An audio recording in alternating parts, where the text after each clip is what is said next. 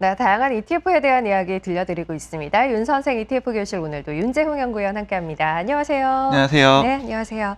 자, 오늘도 저희 이제 ETF 어떤 주제를 가지고 먼저 이야기를 좀 해볼 텐데요. 오늘 어떤 주제로 이야기 나눌지 화면으로 먼저 주제부터 확인해 보겠습니다.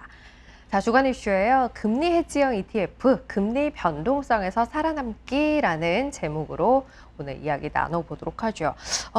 금리 해지형 ETF, 이게 어떤 관점에서 봐야 하는 건지 어떤 건지 일단은 뭐 전체적인 이야기를 좀 해볼까요?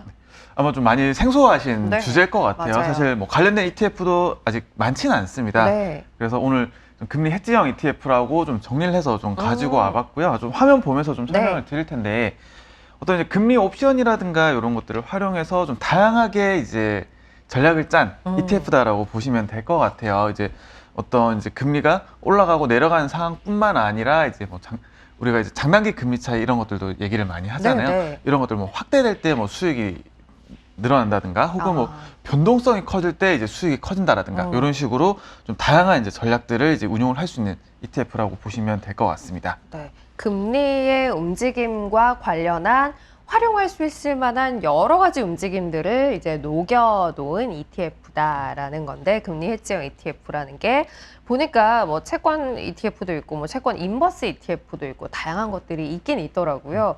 그런데 사실 말씀하신 대로 익숙하지 않고 쉽지도 않아요. 저희 굳이 이런 것까지 봐야 하는 이유가 있을까요? 네, 우선 이 금리에 대해서 이제 위로 아래로 이 방향성에 대해서는 우리가 이제 채권 ETF라든가 뭐 채권 인버스 ETF라든가 이런 것들로 대응이 얼마든지 가능해요. 네. 그런데 이 투자자들의 어떤 욕구라든가 이런 것들이 사실 오르내리는 거 위아래 맞추는 거 정도로만은 좀 끝나지가 않는 것 같습니다. 더 있어야 된다. 네, 역시 화면 보면서 좀 말씀을 드릴 텐데 이제 채권 관련해서 이제 ETF들 좀 변화를 살펴보면 뭐 채권 가격이 올라간다라고 생각해 최초에 나온 게 채권형 ETF들이 될 거고요. 그러면 이제 금리 올라갈 때 어떡하지? 요걸 수익을 내고 싶은데라고 해서 나온 게 채권 인버스. 금리 올라가는 건 가격이 떨어지는 거니까. 그렇죠. 근데 이건 이제 금리가 오르고 내리는 거 거기서 끝나는 거고요. 내가 만약에 금리가 왔다 갔다가 많이 할 것 같다. 단순히 그냥 오르고 내리고 방향이 아니라 움직임이 클 것 같다에 대한 변동성? 어떤 전망이라든가 혹은 이제 시장 보실 때 이제 뭐 장단기 금리가 축소됐다 혹은 뭐 확대된다 이런 것들에 대해서도 얼마든지 좀 대응이 가능하다라는 겁니다. 혹은 물론 이런 이제 뭐 금리가 올라가는 거라든가에 대해서 이런 것들로 대응이 가능한데 그럼 채권 인버스로도 할 수 있지 않냐. 근데 보수라든가 이런 것들이 좀 상대적으로 낮고요.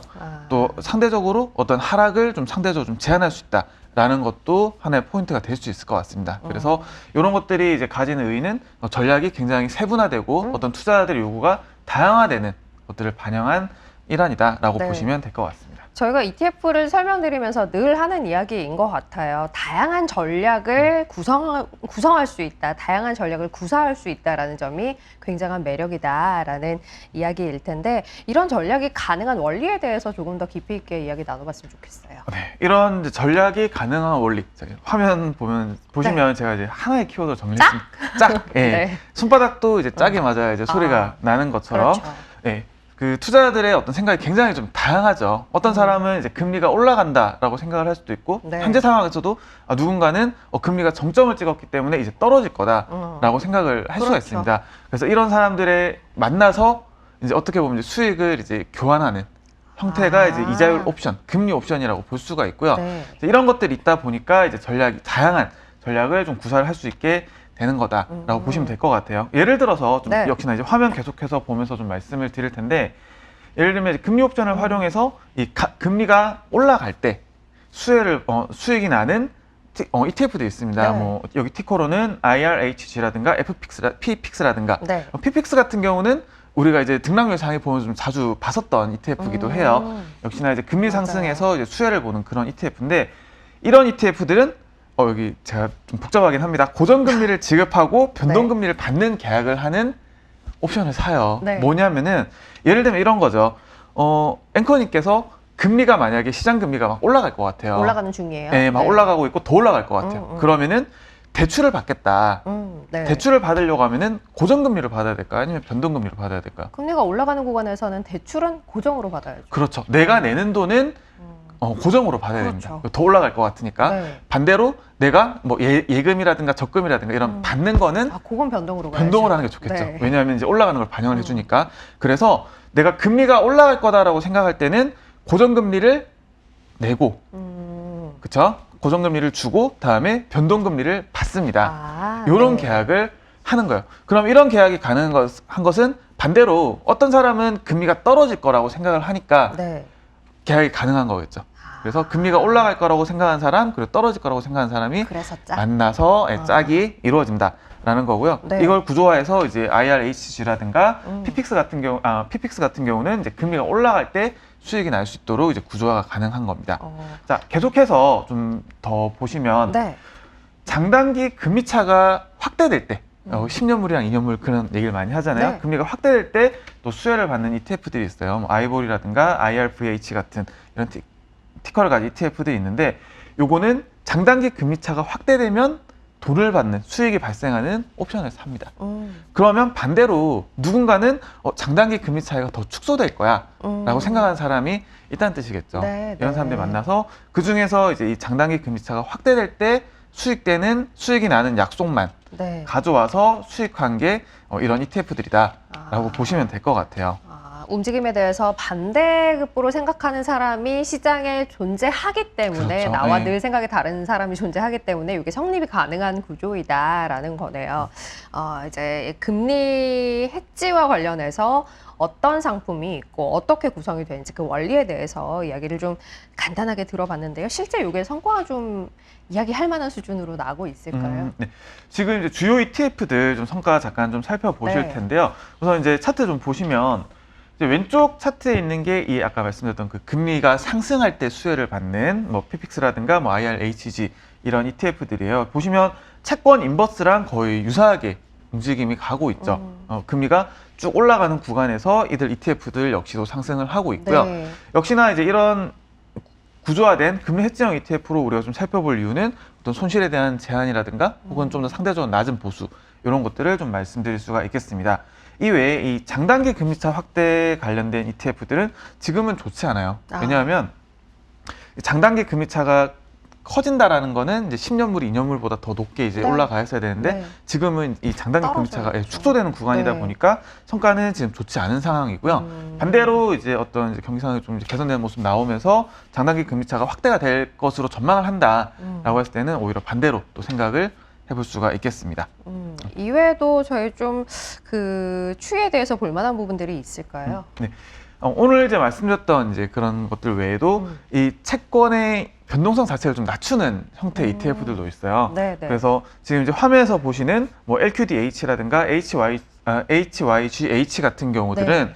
해당 채권형 ETF들 담습니다. 뭐 투자등급 회사채 ETF인 뭐 LQD라든가 뭐 하이드채 ETF인 HYG 이런 ETF들 담고 이자율이 올라가면 수익을 내는 이제 옵션들을 막 담아요. 네, 네. 혹은 이제, 그러다 보니까 이 변동성, 이자율이 올라가면은 채권 가격은 빠지겠지만 이 옵션 공매도에서 또 수익이 나다 보니까 이 변동성 자체는 이제 주황색이죠. 상대적으로 좀 줄이면서 이제 채권의 이자만 이제 분배금으로 받아가는 그런 네. 형태라고 보시면 될 것 같습니다.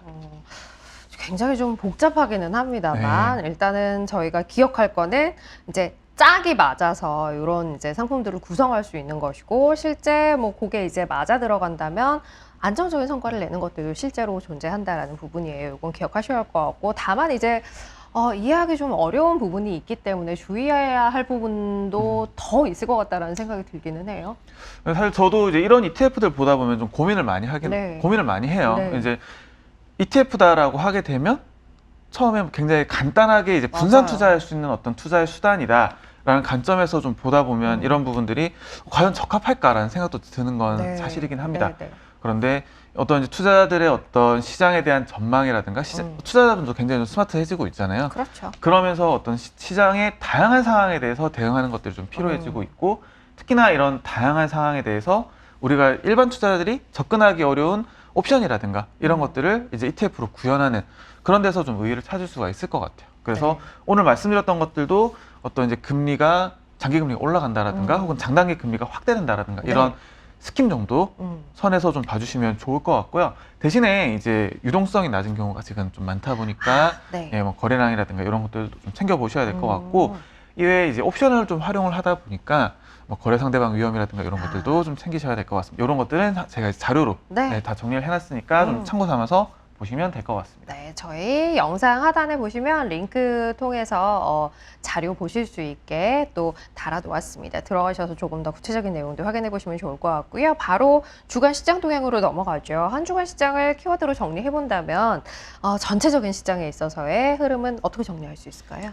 네, 키워드로 좀 정리를 해보면 에너지 관련 반도체 마리화나가 좀 상승을 보였고요. 반대로 이제 리츠 관련된 ETF들은 좀 하락을 했습니다. 네. 좀 뒤에서도 보시겠지만 마리화나 관련된 ETF들이 좀 급등을 했어요. 이제 조 바이든 미국 대통령이 단순 소지, 마리화나를 그냥 가지고 있다고 이제 잡혀 들어온 범죄에 대해서 사면령을 내렸거든요. 그러다 보니까 급등을 하는 모습 보였고, 반대로 이제 리츠 관련해서는 지난주에 이어서 여전히 좀 계속해서 안 좋은 모습을 좀 이어나가고 있습니다. 그러면 미국 시장으로 범위를 좁혀서 좀 살펴볼게요. 일단은 자금 동향이 어땠는지 먼저 좀 확인해 볼까요? 네, 우선 자금 유입은 좀 축소는 됐습니다. 여전히 한 80억 달러 정도 좀 자금 유입이 있었고요.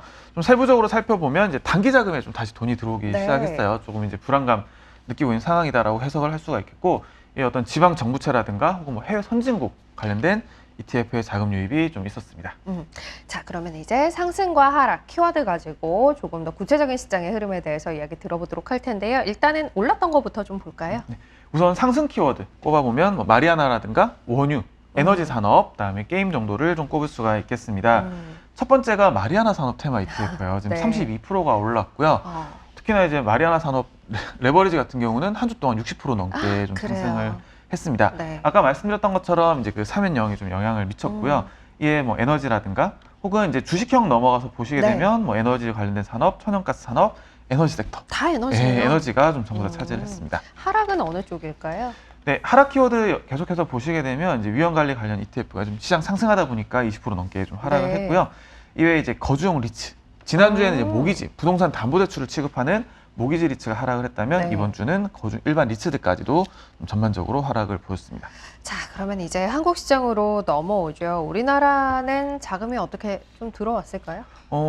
국내 증시는 이제 지난주 좀 유출 전환을 했습니다. 대신에 전체적인 규모는 한 1,200억 정도로 기존에 유입됐던 거에 비하면 아직까지는 좀 적은 수준이고요.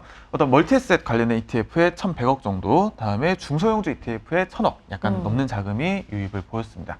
그러면 그 안에서 어떤 것들이 움직였는지 바로 보겠습니다. 일단 위쪽으로 좀 가보죠. 네, 우선 상승률상 ETF들 리스트 바로 보면서 좀 말씀을 드릴 텐데 2차 전지, 반도체 그리고 에너지 관련된 기업들 ETF가 좀 상승을 보였습니다. 좀 지난주 좀 반등 보이면서 반도체 관련된 ETF들이 좀 강한 상승 보였고요. 좀 연속해서 좀 하락률 상위로 좀 바로 넘어갈게요. 하락률 상위는 역시나 이제 미국과 마찬가지로 베트남 ETF가 좀 가장 많이 하락을 했습니다. 이외에 이제 인터넷 대표 기업, 인터넷 쪽이 계속 좀 안 좋아요. 그러다 보니까 9% 넘는 하락을 좀 보였다는 거 역시 말씀을 드릴 수가 있겠고요. 알겠습니다. 자, 이렇게 전반적인 시장의 주간 동향에 대해서 키워드 가지고 확인해 봤는데요. 한마디로 정리를 좀 하고 끝을 낼까요?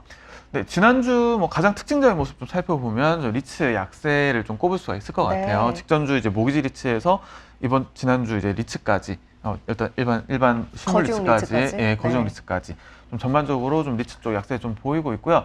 대신에 이제 리츠 쪽은 이제 이런 금리 부분 좀 민감하게 좀 반응할 수 있는 부분이다 보니까 혹시나 이제 금리 이제 하락을 만약 예상이 된다라고 할 경우에는 좀 더 관심 있게 한번 지켜보시는 것도 방법일 것 같습니다. 알겠습니다. 사실 그 지표가 명확한 쪽이기 때문에 오히려 또 흐름에 대해서는 예측하기가 조금 더 쉽지 않을까라는 생각이 들기도 하네요. 자, 오늘 ETF 시장에 대한 이야기는 여기서 마무리하죠. 윤재홍 연구위원 함께했습니다. 고맙습니다. 고맙습니다.